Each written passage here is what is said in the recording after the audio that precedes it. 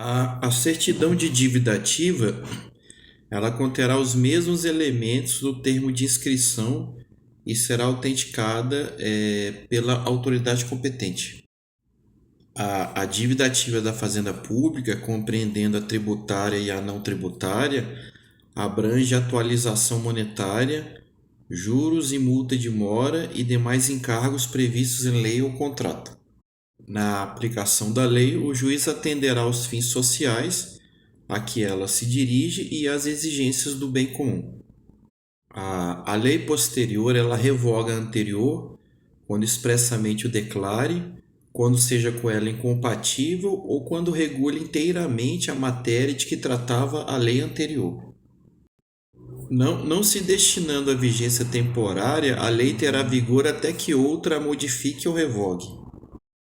Quando não separados ainda do bem principal, os frutos e produtos eles podem ser objeto de negócio jurídico.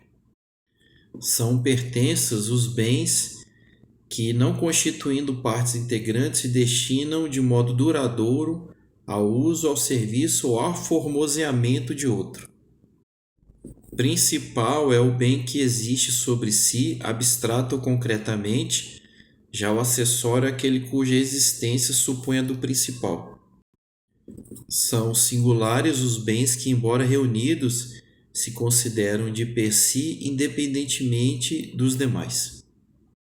São bens imóveis o solo e tudo quanto se lhe incorporar, natural ou artificialmente.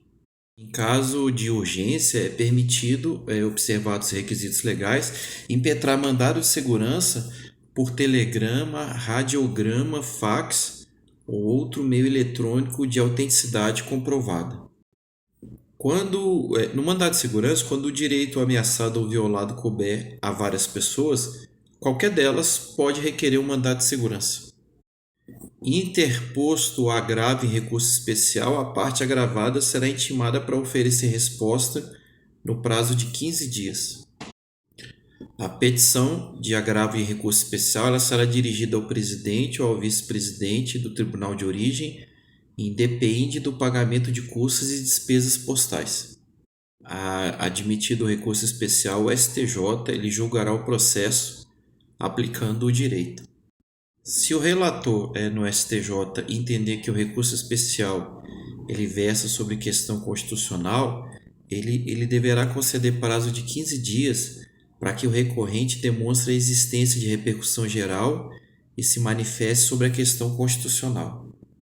Quando o recurso fundar-se em dissídio jurisprudencial, o recorrente fará prova da divergência com a certidão, cópia ou citação do repositório de jurisprudência, oficial ou credenciado, inclusive mídia eletrônica em que houver sido publicado o acórdão divergente, ou ainda com a reprodução de julgado disponível na rede mundial de computadores, com a indicação da respectiva fonte, devendo-se, em qualquer caso, mencionar circunstâncias que identifiquem ou assemelhem os casos confrontados. Somente pelo voto da maioria absoluta de seus membros ou dos membros do respectivo órgão especial poderão os tribunais declarar inconstitucionalidade de lei ou ato normativo do poder público. Um quinto dos lugares dos tribunais regionais federais, dos tribunais dos estados e do DF e dos territórios será composto de membros do Ministério Público com mais de 10 anos de carreira e de advogados de notório saber jurídico e de reputação ilibada com mais de 10 anos de efetiva atividade profissional indicados numa lista sêxtupla pelos órgãos de representação das respectivas classes. Ao DF são atribuídas as competências legislativas reservadas aos estados e aos municípios. As decisões administrativas dos tribunais serão motivadas em sessão pública, sendo as disciplinares tomadas pelo voto da maioria absoluta de seus membros. É vedada a criação de tribunais, conselhos ou órgãos de contas municipais. A fiscalização do município será exercida pelo Poder Legislativo Municipal mediante controle externo e pelo sistema de controle interno do Poder Executivo Municipal. O número de deputados à Assembleia Legislativa ele corresponderá ao triplo da representação do Estado na Câmara dos Deputados, e atingindo o número de 36, será crescido de tantos quantos forem os deputados federais acima de 12.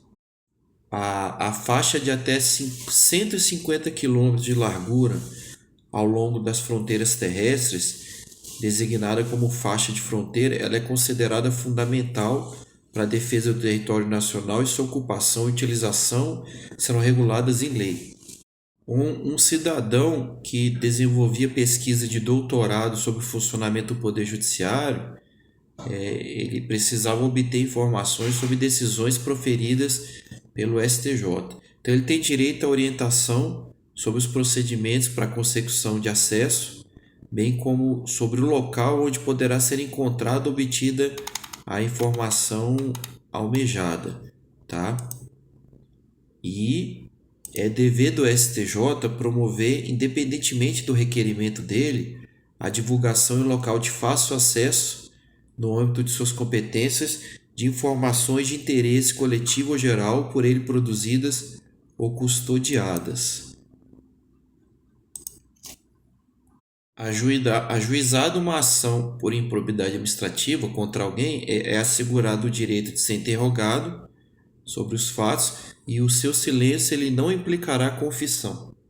O pedido de indisponibilidade de bens numa ação de improbidade administrativa, ele será deferido mediante a demonstração, no caso concreto, de perigo, de dano irreparável ou de risco ao resultado útil do processo. Se foi ajuizado uma ação por ato de improbidade administrativa contra alguém, ele tem que ser citado para apresentar contestação.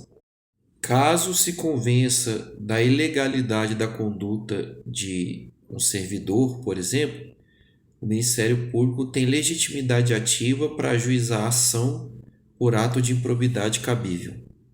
O exploit é uma ferramenta usada para explorar vulnerabilidades em sistemas ou softwares para obter acesso não autorizado. Na topologia em estrela, se um dispositivo falhar, ele não afetará os demais dispositivos. No Windows 8, a principal funcionalidade da interface, conhecida como tela iniciar, é centralizar a navegação e o acesso a aplicativos por meio de blocos dinâmicos. No Microsoft PowerPoint 2013, o recurso transições é utilizado para configurar os efeitos visuais de transição entre slides, como dissolver ou deslizar. A porta USB com seu conector retangular característico, ela é utilizada para conectar dispositivos de alta velocidade com discos externos.